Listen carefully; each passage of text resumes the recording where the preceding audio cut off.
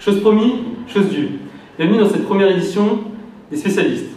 Sans plus attendre, je vais vous présenter nos invités. À ma droite, Maxime Pénisson. Bonjour Maxime. Bonjour monsieur.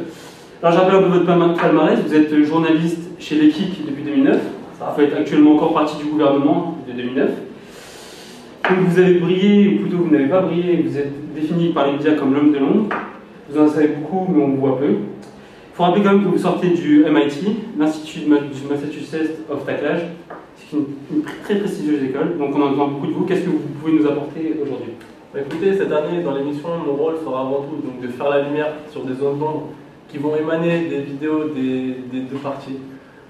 Si l'année dernière, au sein du BDE, j'ai dû rester dans l'ombre et être actif, cette année, je veux être mis en lumière. Je veux faire la vérité sur certaines escroqueries, sur certaines arnaques. Mon rôle sera avant tout de faire la lumière sur ces zones d'ombre. J'enchaîne à sa droite avec le professeur Steven Hérin. Bonjour professeur. Bonjour monsieur. Donc, vous avez été reconnu par les médias comme Hérin Stott. Vous avez brillé par vos mémoires, dont l'un s'intitule Panique à Galilée.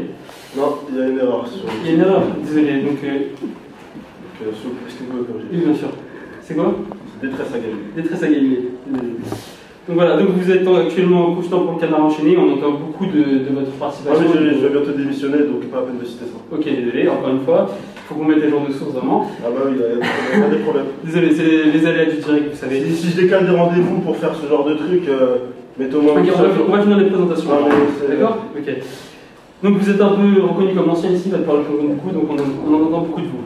Donc je vais tout de suite enchaîner et laisser parler Maxime concernant 2-3 actualités qui ont eu lieu sur Internet. Donc, comme vous avez pu le constater donc, sur le groupe Facebook BDE Sub Galilée, notre président a donc publié une vidéo qui annonce de façon officielle la réélection d'un prochain bureau. Donc moi je vais tout de suite vous faire un petit top 3 de ce qu'ont pu filmer en fait nos caméras au sein de l'école.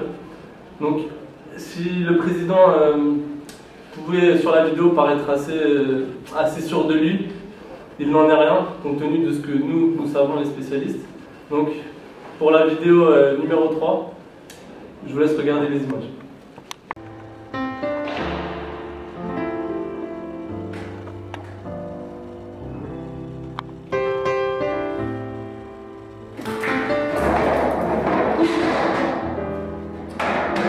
Donc vous avez pu constater sur cette vidéo que sur le plan scolaire, notre cher président, ça va pas fort. C'est vrai qu'il a du mal, ses notes sont en chute constante.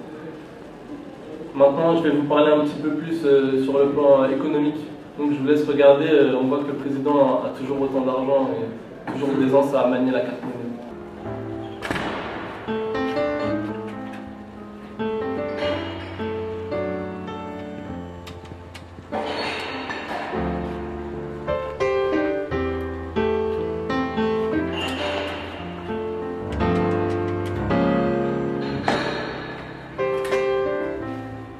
Sur le plan social, nous pouvons également constater que le président a toujours autant d'amis, que ce soit les plus proches ou même les nouvelles connaissances. Sur la vidéo que vous allez donc regarder dans quelques instants, vous pouvez y voir M. Ziani et M. Ribeiro, qui étaient, je dis bien qui étaient, d'anciens collègues et alliés du président. On peut voir que ce temps est bien révolu.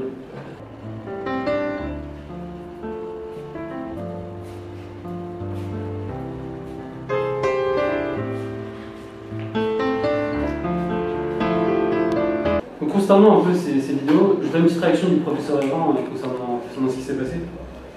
Alors déjà, je voudrais noter le flagrant manque de compétences du président. Voir sur plusieurs vidéos, déjà, ses compétences scolaires, il essaie de faire des exercices, il n'arrive même pas.